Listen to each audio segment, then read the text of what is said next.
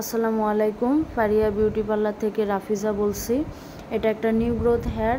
দেখতে পাচ্ছ নিচের দিক দিয়ে অনেকটা স্ট্রেট আছে, বাট উপর দিয়ে কুকড়া কুকড়া চলে আসছে ভাব। তো এই চুলটা কিন্তু এইবার নিয়ে আমি 4বার রিবন্ডিং করলাম। আর এই আপুর কিন্তু বরাবর সব সার্ভিসগুলো সে আমাদের থেকেই নিয়ে থাকে। তার সকল ফ্রেন্ড যারা আছে তারাও কিন্তু আমার কাছে আসে। আর একটা মানুষ কিন্তু বারবার সার্ভিস তখনই নেবে যখন আপনার কাজ ব্যবহার সব কিছু ভালো থাকবে তখন।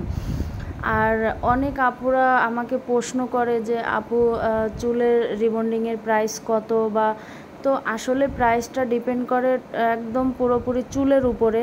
আমরা চুলটা লম্বা কতটুকু আছে, বা চুলের টেক্সচারটা কীরকম, চুলটা কতটা কুকড়া বা সোজা বা কতটা ঘন, সব কিছু দেখে তারপরে হচ্ছে কি আমরা একটা প্রাইস নির্ধারিত করি।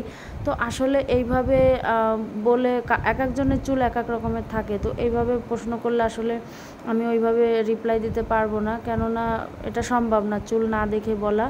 তো তোমরা এইখানে স্ক্রিনে নাম্বার দেওয়া থাকে, তোমরা ওইটাই হোয়াটসঅ্যাপ দেওয়া আছে, ওইখানে তোমরা পিক পাঠাতে পারো চুলের, তাহলে আনুমানিক একটা আন্দাজ করে একটা প্রাইস বলা যাবে।